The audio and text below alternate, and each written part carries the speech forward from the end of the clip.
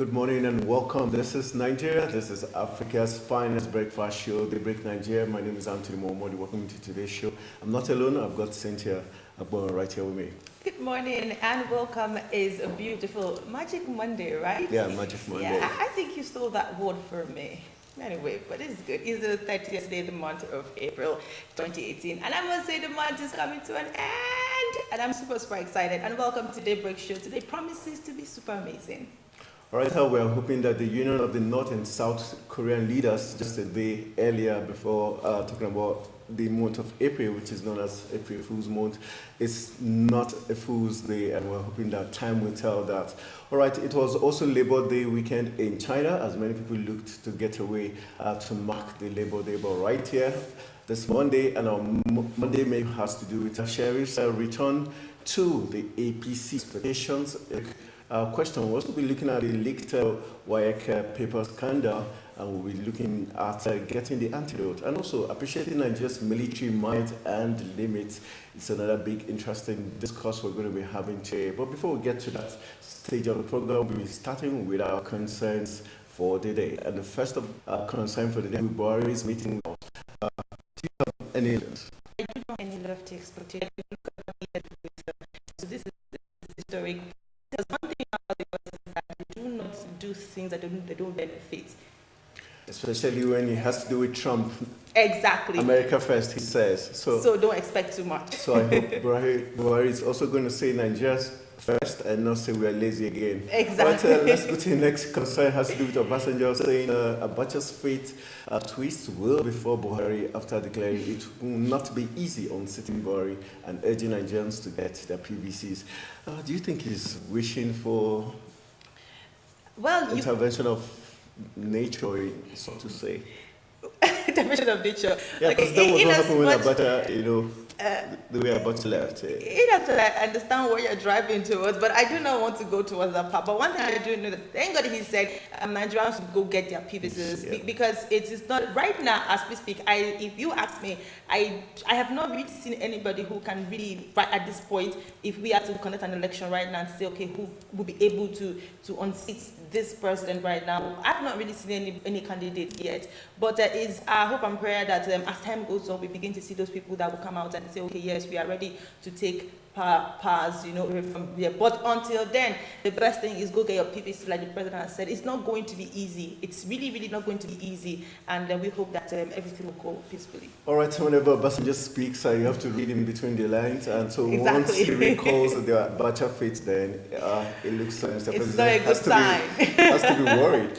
All right, the next concern has to do with Atiku. Atiku says he will probe Buhari's arms expenditure if elected. Do you think this is a very subtle way of telling Nigerians, come on, elect me, I'm going to do something you've always wanted? Of course, he has always said it, right? From when Buhari said that some Nigerian youths were actually lazy, in doing the summit. Now, he actually tweeted something and said, Nigerian youths are not lazy. I know this very now. He has showed several signs that the Nigerian people, we already know that. But I think for him to say that he will probe Buhari's arm expenditure if he's elected, it just shows how it sounds very, very funny because it just sounds like the kind of things we've heard in the past. So can you give us something different? All right, Atiku, you have to really prove to us that you're going to give us a sign. That's what Thomas Cynthia is saying this morning. All right, we've got PDP tells Trump democracy justice is gasping for breath in Nigeria. PDP going to tell Trump that. Do you think they're trying to spoil the party even before he started for Buhari? Well, already, that time when you have a plan of going to a party and you're all ready and set and you're all, excited, and then you just hear the wrong music. That is, and you just feel, okay, why should I even be in this party when you're not even playing the right sound? And that is something we see here. Well, I don't think this is necessary. Telling Trump that democracy is, gasping for breath in Nigeria, it just... I think that our leaders should get to the point where they portray us in a good light. We the people try to make sure that we portray ourselves in good light. So I think our leaders should also do that for us. All right, maybe PDP is giving APC a test of their own method to see how it feels like. All right, the next concern has to do with INEC. INEC says it cannot be held for the portal of petitioners in Saturday's verification of signatures for the recall process of denominalized Kogi West Senatorial District. Mohammed Haruna, INEC's federal Commissioner for Kogi, Kwara, and Nasarawa State made this announcement. And very interesting, INEC saying, do you think INEC has a role to play? Saying, okay, probably INEC did not inform the Kogi people in good time that, okay, we're going to start verification. Well, that cannot really be the case for me. I got a picture of the places, and they were scanty, and I was like, what could be going wrong? Is it that the people are just They changed their mind. they just changed their mind? Officials were there, but the people were not there. I think it just goes a long way to tell us that people are changing their minds. You can't really cajole people into certain things anymore. And with what happened, So Dino, so sympathy yes, went his way. the thing is, whether we come out to say it or not, All right. people love Dino. Do you understand? He might be dramatic, he might be a lot of things, but the truth is, people love Dino. What if you ask the average man out there, why do you like Dino? He will say because he speaks for the masses. Do you understand? So I think to a large extent, they might not come out to protest, they might not come out to say certain things, but they definitely know where to ask. And it gave me a cause for concern what might likely happen in 2019. All right, still talking INEC. INEC said only 5.34% signatures were verified as announced by the President Electoral Commissioner from Benue State, talking about Professor Oketo Gabriel. Looking at that, PDP also went ahead to accuse Yaya of wasting over 5 billion naira for the failed recall exercise, which would have paid 2 months' salary. That's under the belt. Well, PDP right now are actually having a swell time, and they are having a whole lot of things to say, looking at how certain things are going wrong. But the truth is that I would agree with them. That money would have been able to pay 5 months' salary. I think I agree. 2 months salary, and even more for places where the salary is not so much. Do you understand? But using it on something like this is, I think, like they call it, a failed recall exercise. All right, failed one. Good luck to Dino. Okay, let's go to Sporting Area and tell you that NFF has acknowledged the Supreme Court's verdict to refer back to the Federal High Court to start afresh a case brought before the Apex Court by 2 football stakeholders against the NFF leadership. The implication of this is that it's going to affect the Super Eagles World Cup campaign. It also tells you about the Super Falcons are going to be affected also, and the under-20 national team also preparing for their qualifiers, and it means a lot of things for Nigeria to lose if this court case continues. All right, so we see something like sponsors, car, FIFA, service, and part of those are going to be affected. Okay, it's going to really be a bad one. Very bad one. All right, so it's time for us to give you the biggest stories making the rounds on the global stage. All right, so first of all, we'll say that reports say 15 African migrants have drowned off the coast of Oran in Algeria while trying to reach Europe. And Buhari to meet Trump Monday on invitation of the White House and Abdel to discuss security and economic issues. Now, Ugandan police say they have rescued women and children from armed bandits in the mosque in Uganda. Ethiopia renew efforts to return stolen artifacts. U.S. Secretary of State Mike Pompeo says there is a real opportunity for a deal when President Trump meets the North Korean leader Kim Jong-un. He said North Korea must take irreversible steps towards the get rid of its nuclear arms program. All right, we still got Mike Pompeo speaking, has stressed the need for unity against Iran within the Gulf region. And the hundreds of migrants traveling together in a caravan have been prevented from entering the U.S. border. Officials told some 150 people, many traveling with children, that the Mexico-U.S. border crossing near San Diego was already full. And it was not immediately known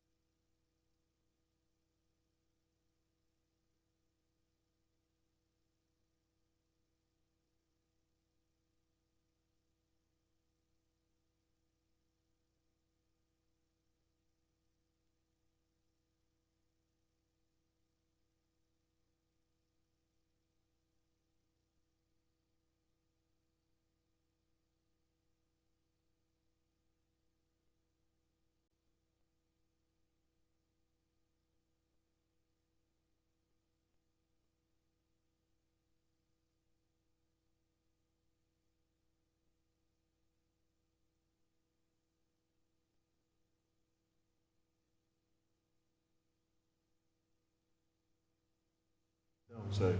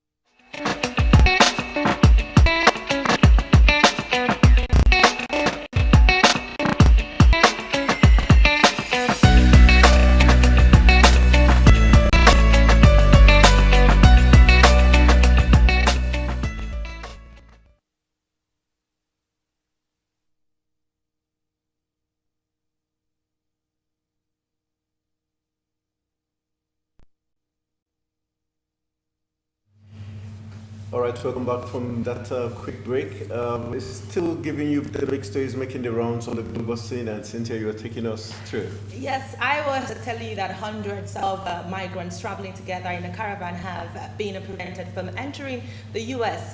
U.S. borders officials told some 150 people, many traveling with children, that the Mexico-U.S. border crossing near San Diego was already full. It was not immediately known whether the migrants from Honduras, Guatemala, and El Salvador would be allowed in later or turned back. Now, President Donald Trump says the caravan is a threat to safety of the U.S. He has vowed to send the U.S. military to secure the country's southern border with Mexico.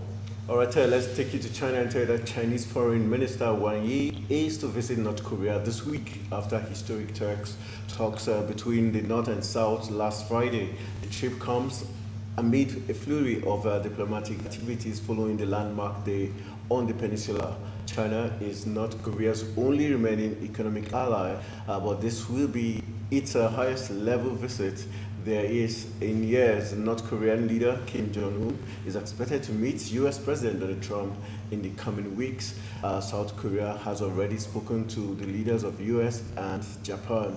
According to Beijing, Wang's visit on Wednesday and Thursday is being made at the invitation of the government in Pyongyang.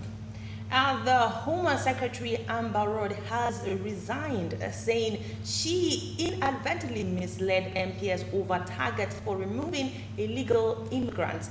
Ms. Rudd, who had been due to make a common statement, was under pressure to quit over the Windrush scandal. She faced criticism over the existence of Home Office removals targets and her knowledge of them.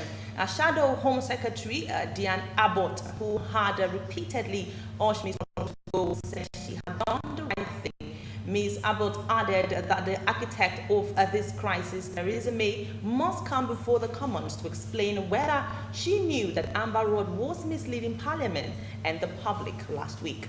All right, let's go to the very exciting world of sports and tell you that Barcelona wrapped up the league title in Ernesto Valverde's first season as manager with Lionel Messi inspired victory over Deportivo La Corona. Messi scored a hat-trick at the Real to give Barca an unsellable lead at the top of the table. Barcelona had led 2-0 with goals from Philippe Coutinho and Messi, but Deportivo fought back 2-2 with strikes from Lucas Perez and Emery Kolak. Messi then struck twice in the final 10 minutes to seal the win. This is the 25th time Barcelona have won La Liga, 8 behind the 33 won by rivals Real Madrid. There are only 4 games from unbeaten in La Liga this season. And let's go to England. You want to say something about Messi?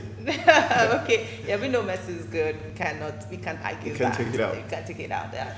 All right, so we hear that Arsene Wenger's final trip to Manchester United as Arsenal manager ended in an agonizing defeat after an injury time winner from Marouane Fellaini. The Belgium international flicked a header past Gunners goalkeeper David Ospina from Ashley Young cross. Just 3 minutes earlier, he had headed against the post with Marcus Rashford bundling home the rebound from an offside position. Now, United had opened the scoring on 16 minutes when a header from a former Arsenal player, Alexis Sanchez, was knocked on to the post by Hector Bellerin, and Paul Pogba stabbed home the rebound for his third goal in 4 league games. The hosts lost striker Romelu Lukaku to injury early in the second half, and moments later, Henrik was left in plenty of space to weave and strike through the legs of Victor Lindelof. Now, the game's tempo petered out after the equalizer until Fellaini, who Jose Mourinho says is close to a new contract, popped up to snatch the win for United and secure Champions League football for next season. And sad story, sad goodbye to Arsene Wenger, lost again to Jose Mourinho, always be his nemesis. All right, that's it, Saturday. Old Trafford had to say goodbye to 22 years of Arsene Wenger. It's now time for us to get to know Nigeria. How well do you know Nigeria? Nigerian military head of state from 1975 to 1976, General Murtala Muhammad was born on November 8, 1938, to Rizqal Muhammad and Wani Rahmat in the ancient and historic city of Kano.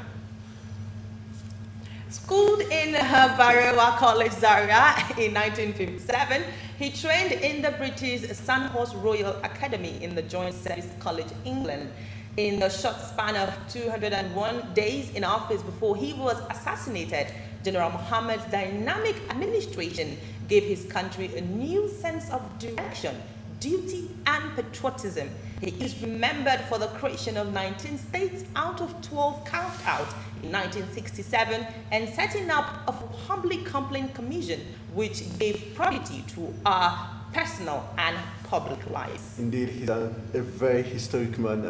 201 days in office, but did a lot. Something we'll always remember him for.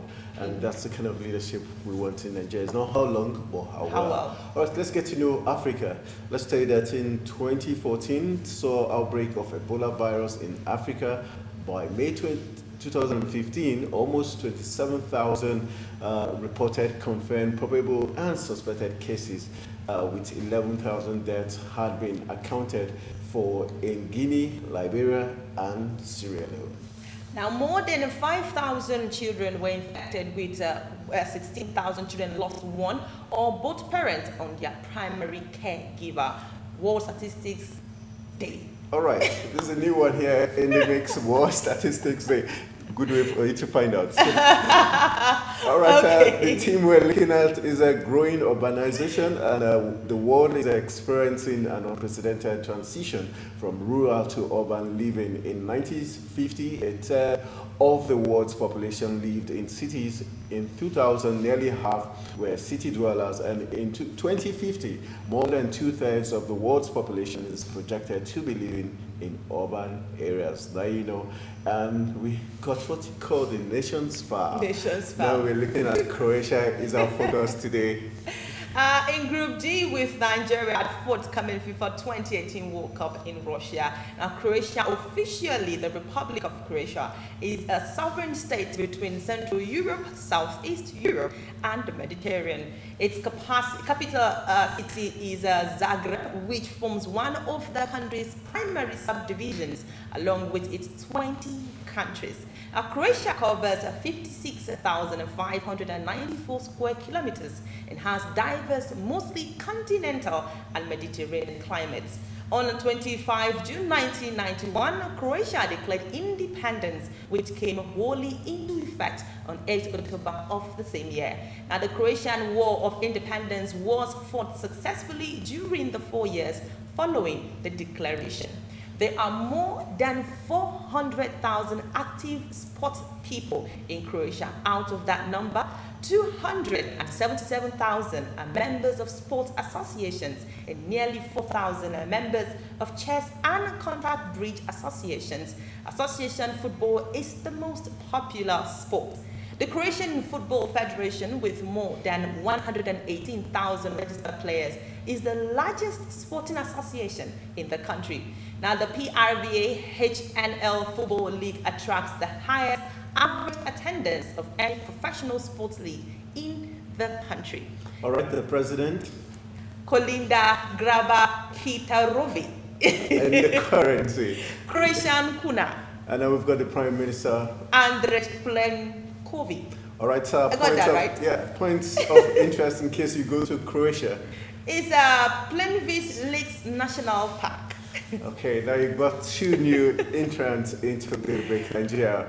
Let's go back to this area Flip-flop. where we flip and flop. Where you In flip 2010, Africa's largest oil exporter had how many poor citizens? 112 million. And that country is Nigeria. Do you have to say it? Why 112 million Nigerians lived in poverty in 2010? It will take Nigeria's richest man in 2010 how many years to spend his wealth at 1 million naira per day? 42 years. Oh my, tells you how much they've sucked us dry.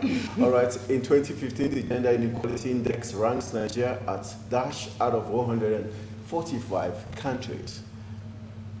I know that because it's how old I am. 125.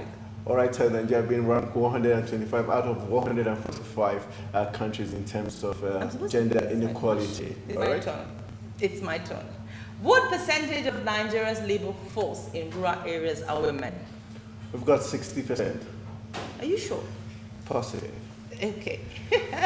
All right, we go for a quick break. When we come back from the break, we'll be looking at the big stories and making the rounds on Nigeria's national dailies.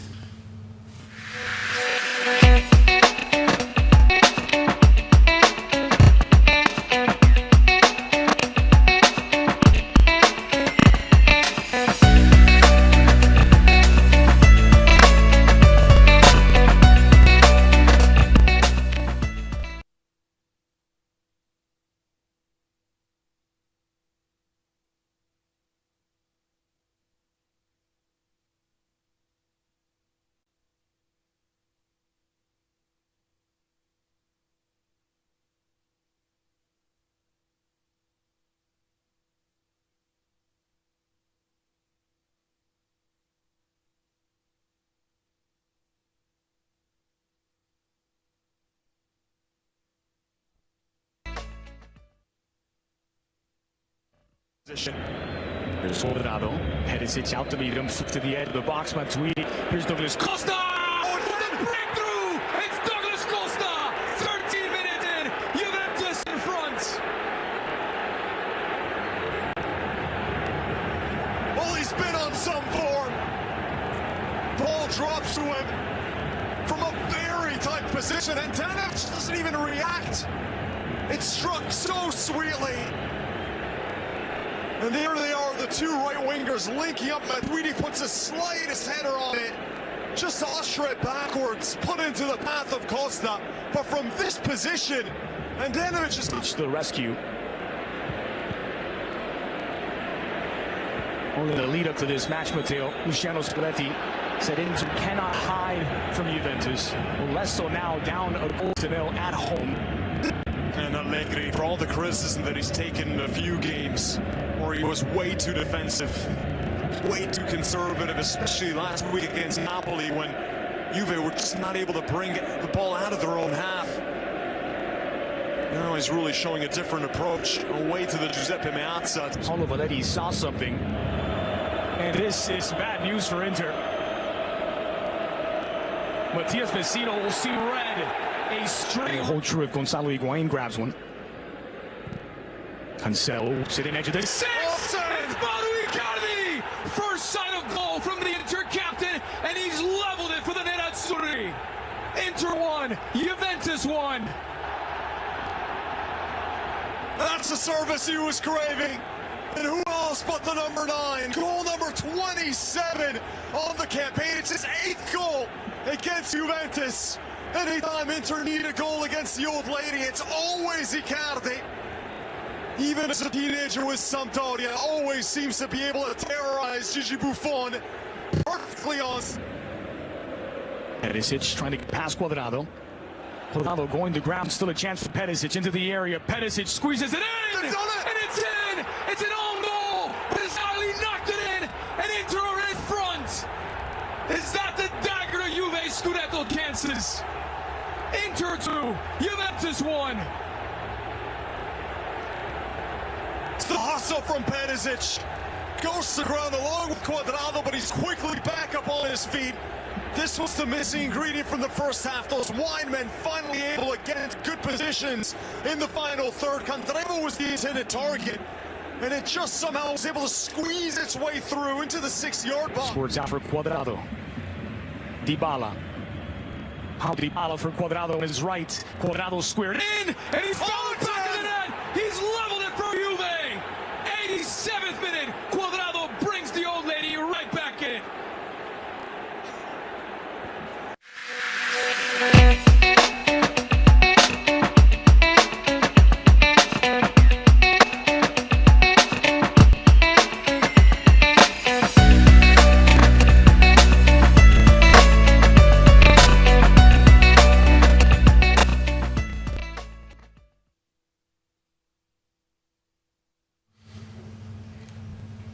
Welcome back. It's still Daybreak Nigeria right here on Television Nigeria. This is the time where we go to the big stories on the national daily. We have the Punch, we have the Sun, and we have the Nation. We have Leadership, and we have Sporting Sun, and also the Daily Trust. So we'll start with the Nation. All right, let's start looking at the big stories on page 5. We've got the explosion at Ohanese's president's home. That story is on page 5 of the Nation's newspaper. We've got bandits killed 10 miners in Kaduna village. Bodies set ablaze. Page 38 is where you find that story. Minister wrong over Nasani, acting CEO, and we've got Nigeria to batter Argentina after defeating Turkey. Page 47 is where you get that story. Killings, protests, prayers in Kaduna, Benue, and Kano. And about anger in Akure march on Ekiti Government House. CBN to sack CEOs, chairman of banks with delayed accounts. And page 6 is where you find that story. We've got talks to disrupt Hongqui's meeting in Kaduna as gunmen killed 2 in Macaulay. Page 12 is where you find that big story. And we've got on back page the columnist there in touch by talking about Sam Omashe, says the outcast, and by the Nation and find who the outcast is there. But it looks like Modu Sheriff. Well, well, it's something that you definitely want to read about and the nation this beautiful morning. Talking about the protest and the prayers that went on in Kaduna, Benue, and Kanu yesterday, I've heard the call. Abuja. Yeah, in Abuja. So, do you think it was successful? Well, really, anything that was peaceful definitely was successful. There are several ways of driving your point home, and I think this is one of them. Peaceful protests, Christians coming out to say, okay, we are not happy with this. The government should do something. Our people are being killed. Regardless of where you're from, north, south, east, or west, the fact is that we are all in the body of the can. And so once you're there, you are a Christian, you should be able to come out and pay, show that you're also concerned about it. So I think that, so like I said, whatever happened yesterday, the government will definitely take into consideration and do something about it. The one thing is to make sure that the security of the people, be you a Christian or a Muslim, is secure. That's the most important thing. All right, CBN to sack CEOs and chairmen of banks with delayed accounts. I think this should be sacked already. Why you say to sack? We're talking about banks that do not publish their annual accounts after the year has ended. Well, you definitely know that it's not so easy for people to get sacked, especially top officials in Nigeria. People who get sacked are the common people like you and I, and so it's don't be surprised that even in the next 1 week or so you still see them to sack, and definitely tomorrow another story will come up that maybe these people have brought the account or maybe something delayed the account. They'll definitely give us reasons, but I doubt if those people will actually start. And I did lucky Dino what Dino's Malaya's record fails, and that's page 8 of the nation's newspaper. Wherever We're Dino surprised. is, he'll be smiling. Do you Does think he's anything ever gonna? surprise you in Nigeria? But I think in the case of Dino, looking at the dramas prior to the Saturday, so I think that not many people saw that coming. It was more of the people anyway. So the people decided to show their love at the time it was needed. All right, let's go to the Punch newspaper. The Punch this morning, the big story: Pope decries attack on Nigerian church as Christians protest killings. And the writer here, Obasanjo coalition slams Buhari for campaigning despite killings. You find that story on page 11 and page 19 of the Punch paper. Doctors, health workers can't receive equal pay. This is coming from the federal government. You find that on page 18. On page 18 also we have Kipi Ekoremadu lament as explosion rocks Ghanaia's president's house. And on page 16, killings, Nigeria experiencing ethnic cleansing, says Soyinka. And the government borrows 5.5 trillion naira from pension savings, delays minimum payment. That is on page 33.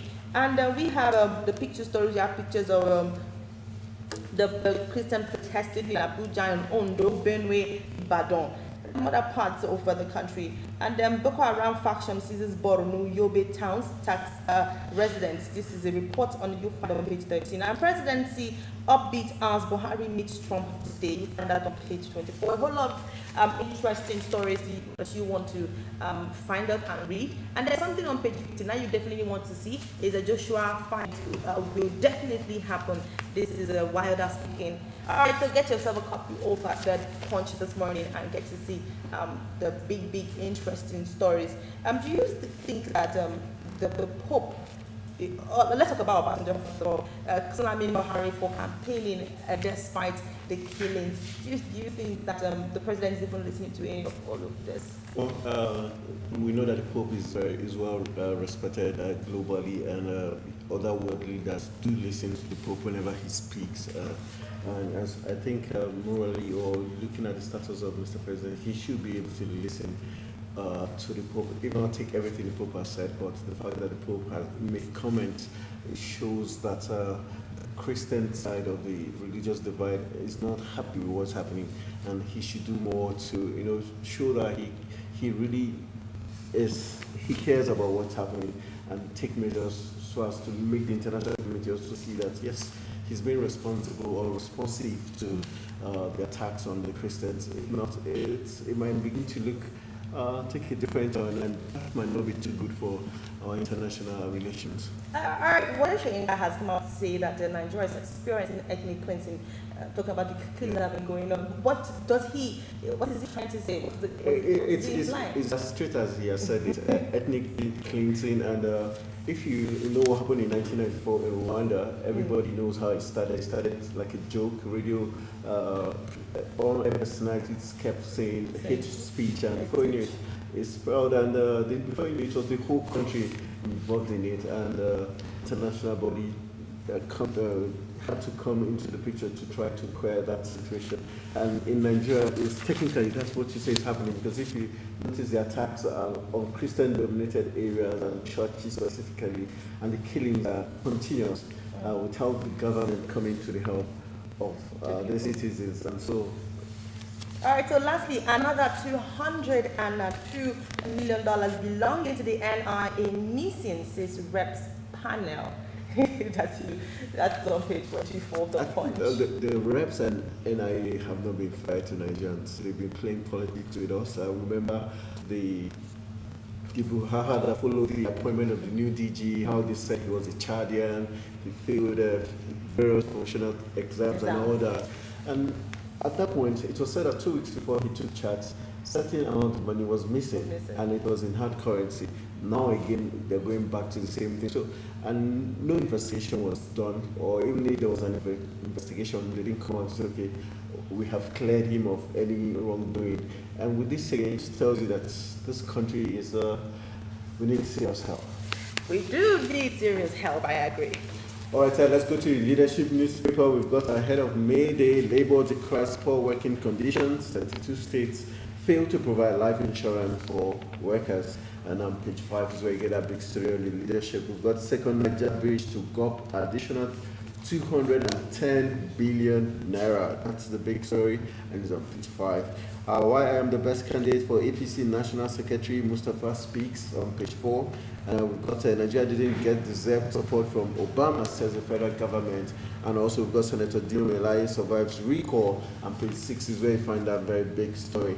Those are the stories you find on the leadership newspaper. Let's, ahead of May, the Labour is already saying poor conditions. It seems that Labour on its own part is not doing the workers good, because it seems they have to wait till May Day before they raise concerns as regards how bad the working conditions of Nigerian workers are.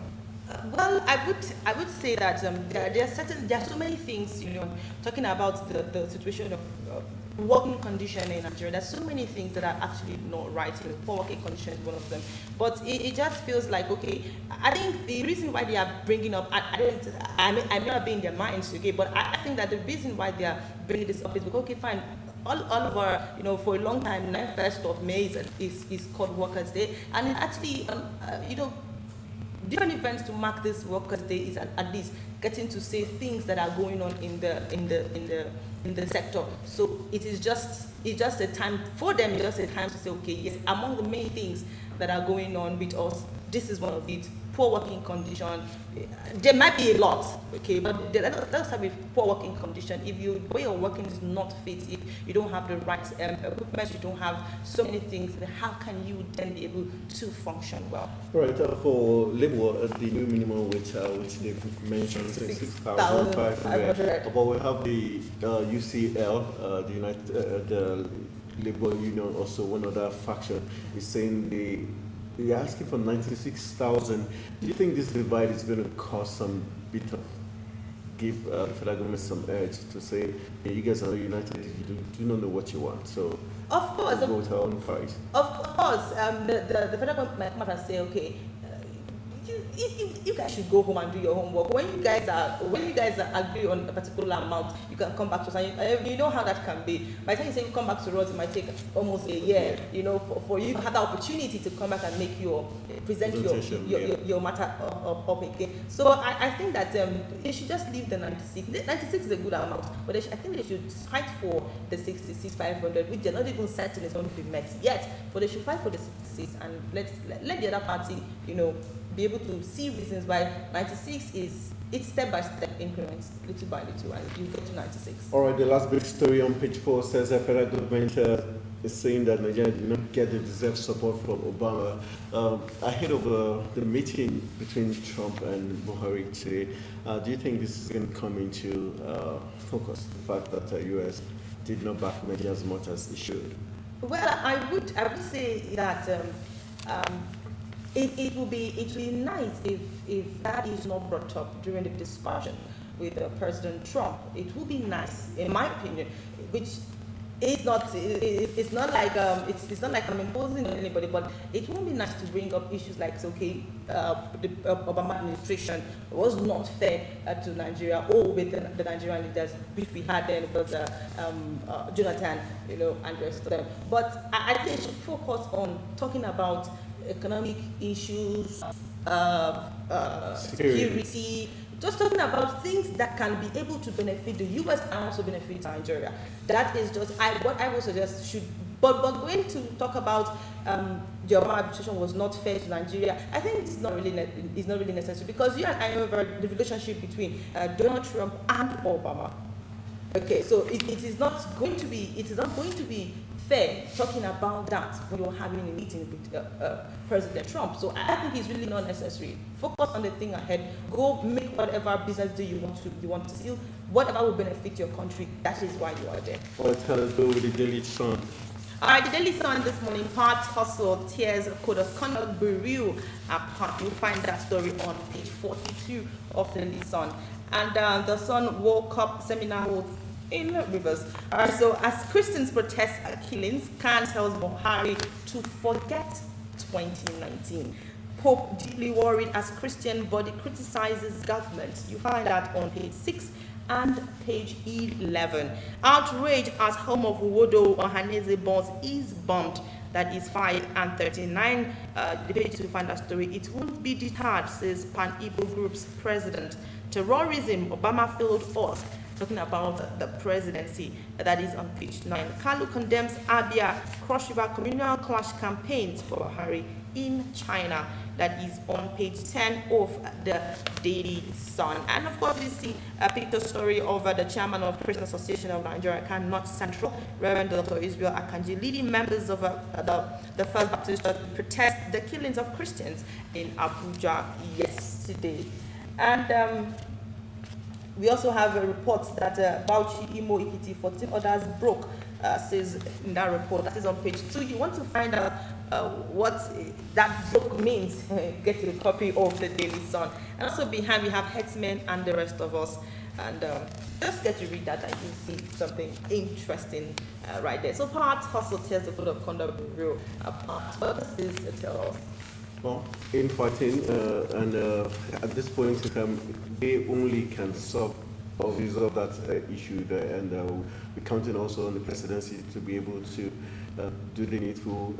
I think they should have a way of, getting positions. People leaving and somebody taking over shouldn't be so difficult. It's not a Nigerian state. It's just an agency, so they should sort it out. All right.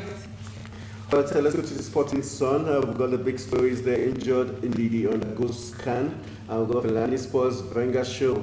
Spurs, the winner, Manchester United beating Arsenal 2-1. We've got Man City coast past 100 goal mark. And page 2 is where you get a big story. We've got Igalo Banks in brace. Barca wins 25th Liga title is the story on the back page of the Sporting Sun. Nadal scoops 11th Barcelona Open title, talking about tennis. And FIFA threatens worldwide ban on Nigeria. I find details why FIFA want to do that. We've got Iwobi suffers hamstring injury. That's no good news for Super Eagles as we get ready for the World Cup. But good news, Igalo is scoring goals. Let's look at that. We've got the last story here. Says Salah to get a new £195,000 a week deal. All right. Those are the big stories making about on the Sporting Sun. Let's go to the Daily Trust. All right, the last paper here, the Daily Trust, the big story here says how voting pattern will shape 2019 polls. And National Assembly last passed to someone in Buhari. This is lawyers speaking, and it says that is on page 3. You'll find out the story. And I go one, Nigeria must avoid another civil war. that is on page 4. FIRS net 1.171 trillion naira in Q1 2018. That is on page 19. And Shakarua set to seek PDP's presidential tickets. Reminds you of Exactly. You know, when I saw Shakara, I was and then I had to switch immediately. You'll find that on page 15. Armed policemen still guard Malai in hospital. That is on page 3. Alright, so what do you think about Shakara said, not the Bukara Shakara now, set to seek PDP's presidential ticket? Well, it's good. It means he's got the right as a Nigerian to seek for that position. So if PDP thinks that's the best man they can offer Nigerians, well, time will tell where the Nigerians are going to vote. But obviously, they need to come up with someone truly very appealing to Nigerian people if they're going to get the vote. Don't you think that what might likely play out in 2019 would just be more played out in 2015, where, okay, Nigerians were complaining, we are tired of this person, a lot of things were going wrong, and at that point, they just wanted anybody, but not the person we had at that time. So don't you think that might likely play out in 2019, given that we just don't want. The difference now is the fact that a lot of Nigerians are more aware, a lot of Nigerians are more bold, they are willing to come out, they feel they deserve to be the president of the country, they have the mindset that they can do it, and the electorate on their own part also know that they've got the power in their PVCs, and everyone is gingered to go get their PVC, knowing that they can actually vote Mr. President back or vote him out. And so that's the difference. We have more Nigerians willing to come throw their heart into the ring and contest for that position. Unlike in 2015, we were streamlined, we knew it had to be Buhari or good luck. Nobody else showed up. But this time we have a lot of people showing up. We had people like Jaggeske right now coming out as independent candidature. We've got Ahmed Buhari, who is a young Nigerian representing the youthfulness we've been seeking for. He's gone around the country seeking for support, met godfathers like Obasanjo, if you like, and so it tells you a lot of people are very daring, they are willing to take the risk, and so 2019 is going to be very, very decisive. It's not going to be business as usual because we don't just have PDP and APC slugging it out. We've got some other young democratic parties, some other political parties that have come out to stake claim for very top positions, and it's going to be very exciting. All right, on the sports report here, we have Imo agrees new Liverpool deal, and then we have Cizek Pliskova claims a Stuttgart title, and Fulani scores late winner as Man United beat Arsenal. You find that story on page 55. All right, there's something you might want to read on the back of the Daily Trust. As Buhari meets Trump. Definitely want to read something about that. Okay, before you finish reading the article, the meeting would have been over. All right, I will be going for a quick break. When we come up, we hit into the discuss segment. We'll be having our guest in the studio to talk about very interesting discuss of national issue. Luna Sharif's return to the APC. What are the expectations? And also, we've got the little Wayeka paper scandal. And the antidote is what we are searching for. This discourse is something you don't want to miss.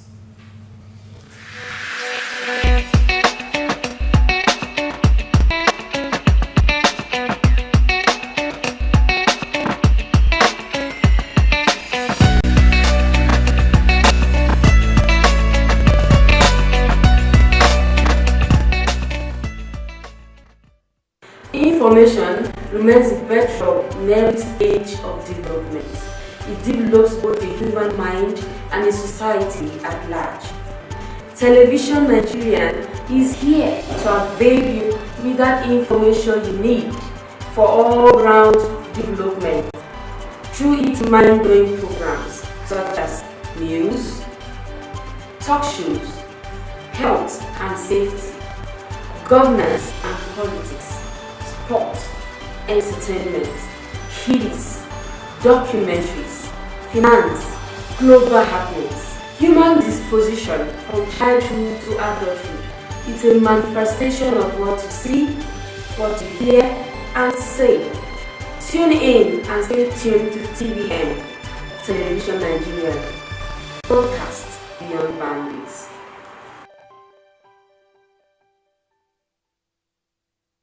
For almost a decade, the Nigerian army have given their all to ensure that our dear country is not overrun by Boko Haram insurgents.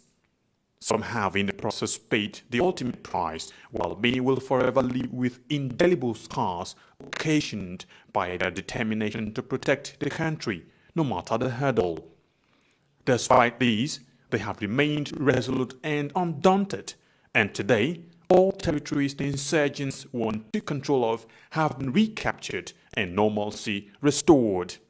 And now, for the first time in a long time, the end of Boko Haram is foreseeable. Therefore, the wisest thing for the remaining insurgents to do is to surrender today or face total destruction from the army. Remember, the Nigerian army will stop at nothing to ensure that total peace is restored in all parts of the country. So, be wise and embrace peace today or get ready to be ruthlessly dealt with. This message is brought to you by the Coalition on Conflict Resolution and Human Rights in Nigeria. Welcome to Living Treasures Academy.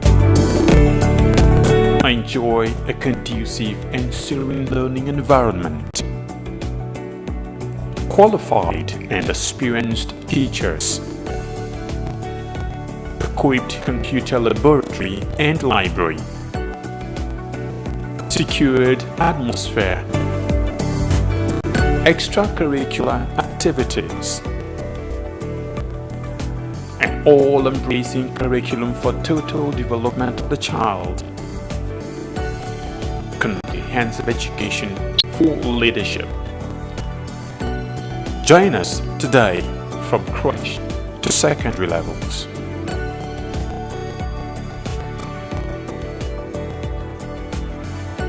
Living Treasures Academy, committed to excellence.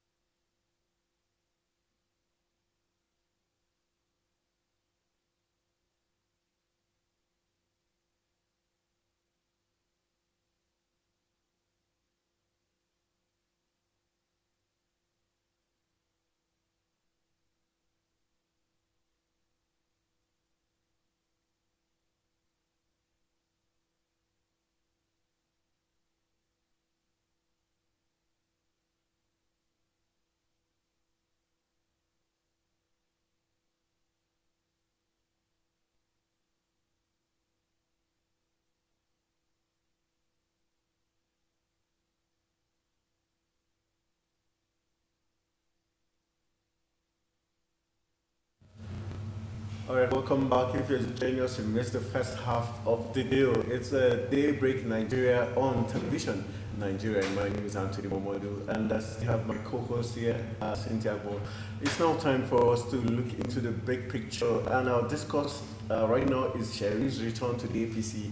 What are the expectations? And we've got Mr. Wole Oni, who's the current affairs analyst right here with us to help us look into this very interesting discourse.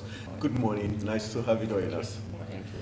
All right, the PDP has always said that Abdul Sharif was a mold for the APC, and has that been confirmed with his recent return to the APC, and what should be the expectations of Nigerians? A faction of the PDP. Yeah, a faction of the PDP. Said, well, I don't know how true it was a move, considering the fact that it was the top PDP governors, Okay. Governor Ayofayoshi and Governor Wike, that them to bring him. So, except we're alleging that Governor Fayose and Governor Wike are perhaps working with the APC, which would be quite unbelievable. So, but I think along the way they had issues, and so they had to break away, and perhaps that's what caused the faction. If he was working for the APC, I don't know, but whatever I did then was very welcome by the APC, I would imagine. All right, well, with this return, how possible is it going to be a plus for the APC ahead of 2019 general elections, and how anemical is it going to be for the PDP, knowing fully well that he has some info about the PDP already, having served as their factional chairman somewhere along the line?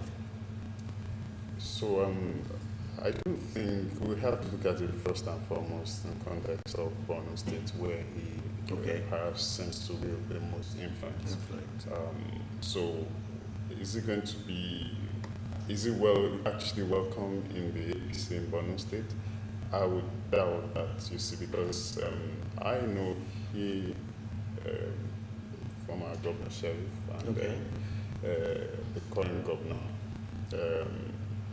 had issues in APC, actually. Remember, Adimodu Sheriff was actually in APC.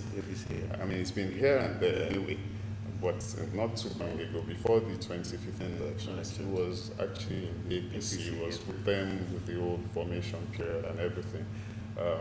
I think when it got to the point where they had to decide who to lead the party between himself and the current governor, I think the party leadership tilted more towards the governor. You know, they took side, and the kind of status or the way he sees himself, he couldn't stand that. So it was one of the major reasons why he left the APC and joined the PDP. Now that he's coming back, so is he going to be under the governor? So I see this epic. I know the people in APC in Borno State, I mean, more of the governor's faction, are not happy to have him back. And so that seems to be a tough one. I don't see him coming to add anything to them. Don't you think that he's coming to the APC? He might likely go back again to the PDP. Don't that he has a purpose for coming to the APC right at this time? Because this is a very strategic time. This is a pre-election year. I don't think that there might be a reason why he came back to the APC. And don't you think that he might likely want to go back again to the PDP, since he has a long history of being here and there? With politicians like that, I'm sure he can't even vouch for himself about where that he's going to stay anywhere permanently. So I'm sure nobody would be able to. I was surprised initially to think that APC would take him. I was like, what are you taking him for? What's the value he's going to bring? He's going to cause more trouble. I mean, this is my opinion now for the APC in their state. But the way politics is in this part of the world, and I hear them say this often, that 1,000 friends is not enough and one enemy is too much, so they take on anybody. I mean, anybody. If Governor Fayose wants to join APC now, I don't be surprised. They're going to take him, so I think that's the way it works in this part of the world. Let's look at the money bag.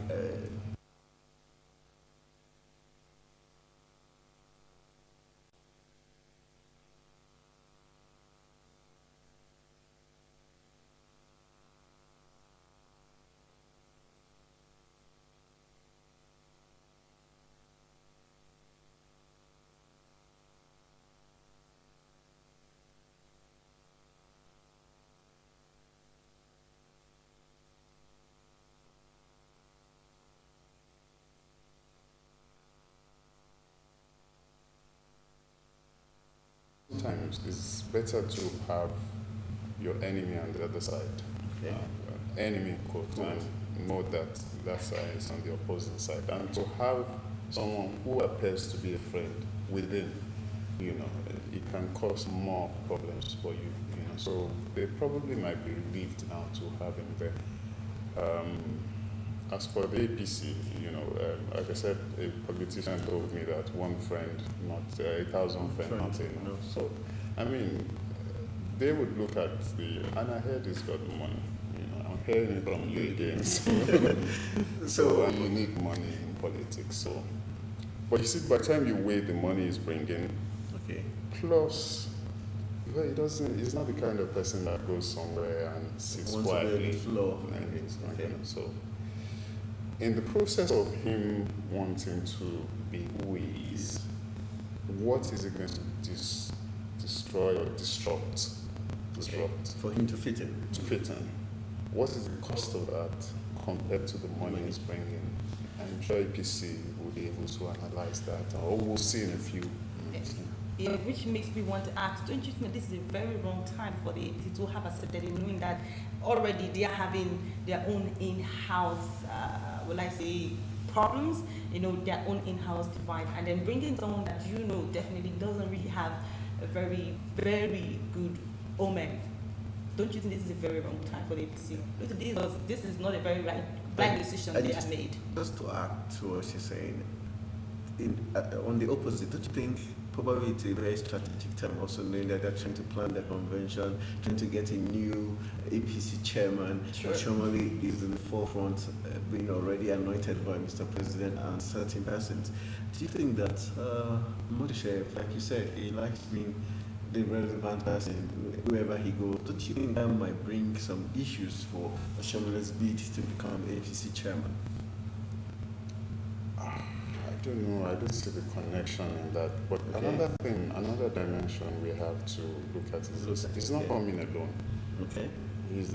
There was a faction in the PDP, and a lot of his allies have decamped as well. Cairo Jugo, they've decamped to the APC, I think, Delta State. So he's coming with a lot of people. And remember, the 2019 elections might be a bit tougher for the APC than the 2015 one. So I think they're taking on everybody that wants to come along, everybody that wants to help. In any case, if I can recall, while Sheriff was PDP chairman, I never heard him for once criticize the APC or said anything about the APC. So are we sure they're not friends? I don't know if so. Maybe it's just back home. All right, let's just look at like I made mention of the APC chairmanship title now. It's looking very certain Shomali is going to be the man who they want. If Sheriff pops up and says, I'd like to get a shot at this chairmanship position because of what I'm bringing money, bringing followers and all that, do you think is likely to be considered? No, I don't think so. It's been zoned to the south, so that's going to put him off. Probably wants to be, and for his status, he won't want to be a deputy national chairman. He doesn't stay at the back. So he probably wants more things than that. Okay. Probably wants more things. Initially, when he was in PDP, he was actually, from what I heard, gunning for the presidential ticket in the PDP. Coming back to the APC now, he can't get the presidential ticket, so he we were very certain he can get it. Well, you probably have more information than I do. All right. So, but I don't think he can get it. I mean, I don't think so. Okay. And if you want, I can quickly tell you 3 names that have been in APC who would likely get it ahead of him in APC, even if the current president will not get it. Which are the 3 names? Definitely, there's the senator or Kwekwanso is there. There's even the Senate president we heard, So there are quite a number of people that will be ahead of him in the APC. Okay, you made mention that it was going to be really tough for the APC in 2019 than it was for them in 2015. It will be tougher. It will be tougher. It will be really. It will be tougher. Okay. What gives you that mindset? I think President Buhari has been demystified. How? Well, it's easier, when you are not president, for people to say, oh, if you are president, you would turn $1 to one. If you're president, you would do this. There will be no corruption in the country. I mean, everything will be all right. You give 5,000 naira. They're actually giving 5,000 naira Okay. they're doing that. So there was a lot of expectation, and a lot of people thought, look, all we needed to do to be good is to vote for him. So now that it's been tested for 3 years, I mean, you can see that some of these expectations, if not all of it, have not been met. So I don't think there will be that much enthusiasm when next people are going to be posed about him, the mosaic feeling they had then. Okay. So it might be a bit tougher for them. In other climes, being the incumbent, or even before now, might be an advantage. If you look at the trend of governorship election and things, it's not looking like an advantage anymore if you've not performed exceptionally. So the APC would have to double up now to actually be able to win the next one. Chances are they're going to win anyway, if you ask me, but they need a lot of hard work, and so they need everybody on board. All right, let's say we've called it a wrap on the Mogadishu's return. Can we just have some few minutes into what we are expecting Mr. President to be discussing or having as an agenda as he meets Trump today at the White House? What are your expectations in that meeting, and how far do you think it's going to go in probably shaping 2019 elections? Do you think he will be getting the support of Trump in any ways? I think the meeting was more about security. There's security, there's going to be economic issues, but do you think any political angle of it might come into play? No, I don't see any political angle beyond writing those colored the choppers, the helicopters, and let them take care of Boko Haram. The political side of it, slash security, would be if they can facilitate the quick delivery of the equipment because from what I have heard, that the equipments are key to resolving the war in the northeast. Almost a similar thing happened towards the end of the tenure of Jonathan, where he got some support from some South African mercenaries. I mean, they changed strategy and they actually made a lot of progress in that period.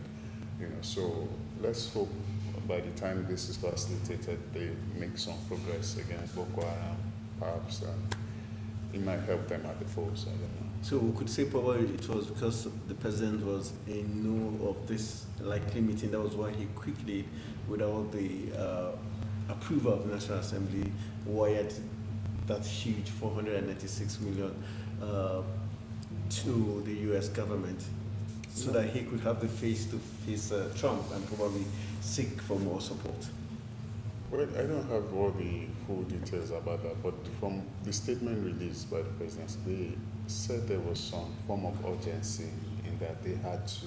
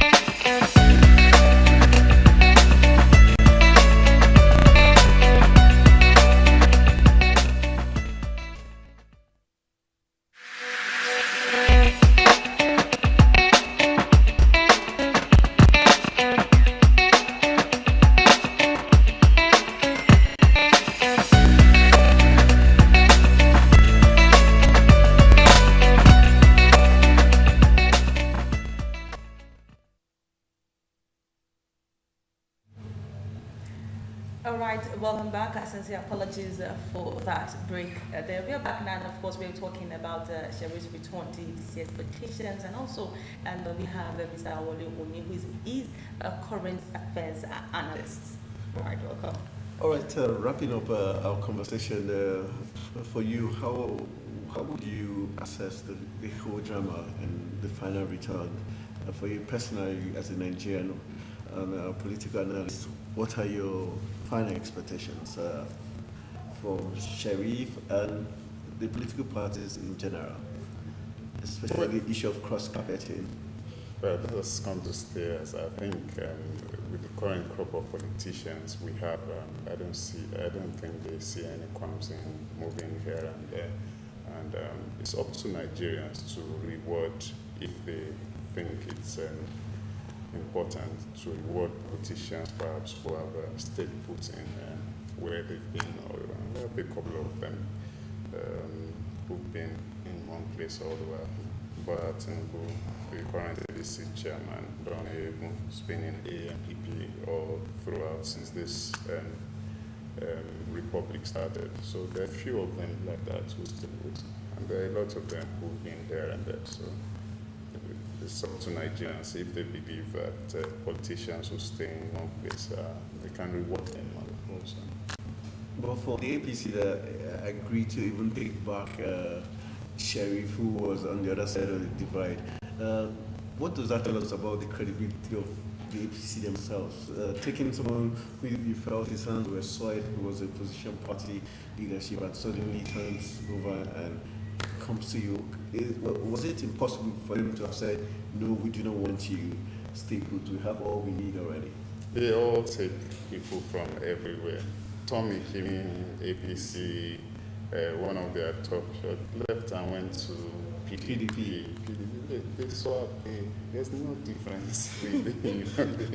They just change their clothes and move to just change your jersey to the next team. And you're a member already. They all feel at home everywhere they go. There's really no much difference between the two really. So, like I said, it's up to the Nigerian electorate to reward that behavior or to sanction it by their votes. And we haven't seen that happen yet. All right, that I will call it a wrap. I want to say a big thank you to Awole Oni, who is a current affairs analyst, for joining us this morning and helping us look at this very interesting discourse, Sharif's return to the APC, what the expectations are. And one thing is for sure that he did say, it's left for the Nigerian electors to make the decision to know whether to sanction those who cross carpet or to reward them. That's a big task we all have to do, and the only way we can get to do that is to get your PDCs and vote credible people to take us to where we desire to be. All right, so we'll go for another quick break. When we come back from the break, we'll be looking at another discourse for us to share with our guests.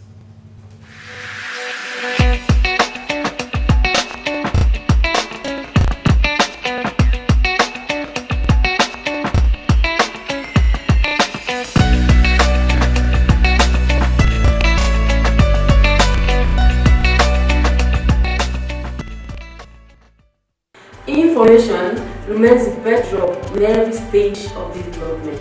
It develops both the human mind and the society at large.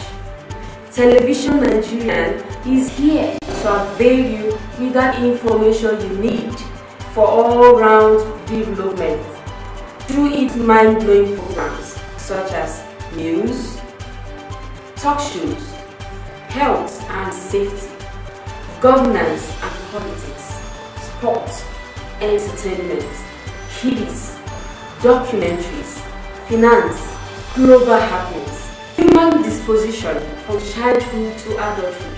It's a manifestation of what you see, what you hear and say.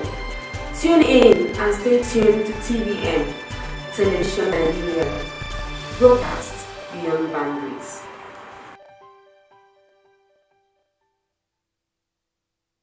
For almost a decade, the Nigerian army have given their all to ensure that our dear country is not overrun by Boko Haram insurgents. Some have in the process paid the ultimate price, while many will forever live with indelible scars occasioned by their determination to protect the country, no matter the hurdle. Despite these, they have remained resolute and undaunted, and today, all territories the insurgents want to control of have been recaptured and normalcy restored. And now, for the first time in a long time, the end of Boko Haram is foreseeable. Therefore, the wisest thing for the remaining insurgents to do is to surrender today or face total destruction from the army. Remember, the Nigerian army will stop at nothing to ensure that total peace is restored in all parts of the country. So, be wise and embrace peace today or get ready to be ruthlessly dealt with. This message is brought to you by a Coalition on Conflict Resolution and Human Rights in Nigeria. Welcome to Living Treasures Academy. Enjoy a conducive and serene learning environment. Qualified and experienced teachers. Equipped computer laboratory and library. Secured atmosphere. Extracurricular activities. An all-embracing curriculum for total development of the child. Comprehensive education for leadership. Join us today from crèche to secondary levels.